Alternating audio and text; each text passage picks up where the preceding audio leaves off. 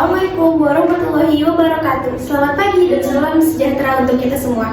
Puji syukur kita panjatkan kehadiran Allah Subhanahu wa taala karena atas rahmat dan karunia-Nya kita bisa berkumpul di sini dalam keadaan sehat. Sebelumnya perkenalkan, nama saya Devina Najwa Nuraini. Saya berasal dari kelas 3A Manajemen dengan NPM 02124176. Pada kesempatan kali ini saya akan mempresentasikan materi berjudul Perubahan Pola Komunikasi Bisnis di Era Digitalisasi. Tujuan dari presentasi ini adalah untuk menjelaskan bagaimana perubahan dari masa ke masa, terutama di era digital seperti sekarang. Baiklah, langsung saja kita mulai dari pengertian komunikasi dan bisnis.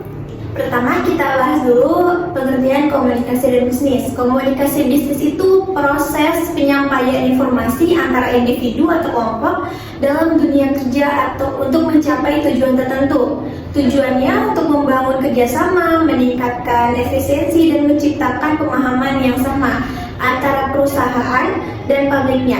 Dan seiring berkembangnya teknologi, pola komunikasi ini terus berubah, terutama karena pengaruh digitalisasi. Kalau kita lihat ke masa lalu, komunikasi bisnis itu dulu masih dilakukan secara tradisional, misalnya lewat tatap muka, surat, telepon, atau fax.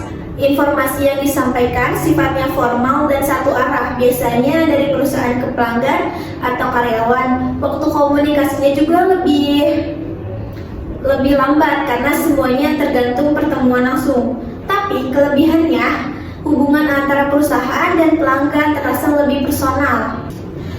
Namun, komunikasi di masa itu juga punya tantangan, misalnya jarak dan waktu jadi kendala utama karena informasi gak bisa dikirim cepat.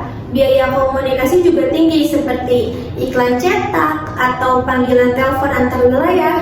Akibatnya, respon pelanggan jadi lambat dan pesan perusahaan sulit menjangkau audiens yang lebih luas. Nah, ketika teknologi internet dan media sosial muncul, semuanya berubah drastis. Komunikasi bisnis sekarang jadi lebih cepat, dua arah, dan interaktif. Perusahaan bisa langsung menjangkau audiens global hanya lewat platform digital. Bahkan muncul konsep baru seperti digital communication, online marketing, dan CRM atau Customer Relationship Management.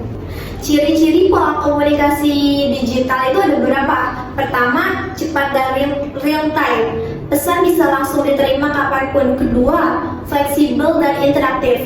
Pelanggan bisa balas kapan saja dan di mana saja. Ketiga, terintegrasi dengan teknologi seperti aplikasi dan data. Selain itu, komunikasi sekarang lebih berbasis konten, pakai gambar, video, atau storytelling biar lebih menarik. Dan terakhir, bersifat dua arah.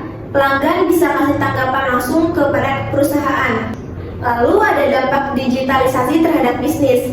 Digitalisasi ini jelas punya dampak besar. Dari sisi positif, jangkauan komunikasi semakin luas sampai ke pasar global, pemasaran jadi lebih efektif, dan pelayanan pelanggan bisa ditingkatkan. Tapi di sisi lain muncul tantangan baru seperti resiko hoax, komentar negatif di media sosial, dan pentingnya menjaga konsistensi pesan perusahaan di semua platform.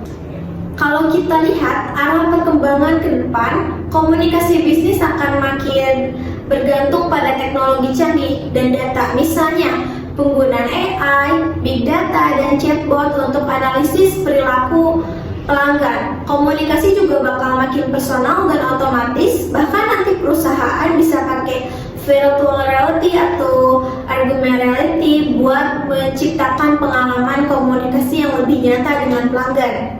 Lalu ada peluang dan tantangan. Dari perubahan itu tentu ada peluang dan tantangan. Peluangnya, komunikasi digital bisa memperkuat hubungan dengan pelanggan lewat personalisasi.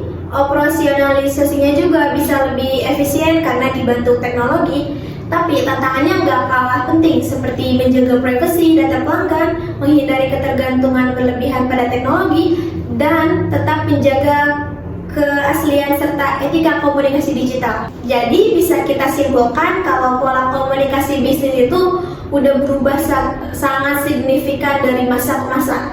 Dulu komunikasinya terbatas dan satu arah, sekarang lebih cepat, interaktif, dan berbasis digital.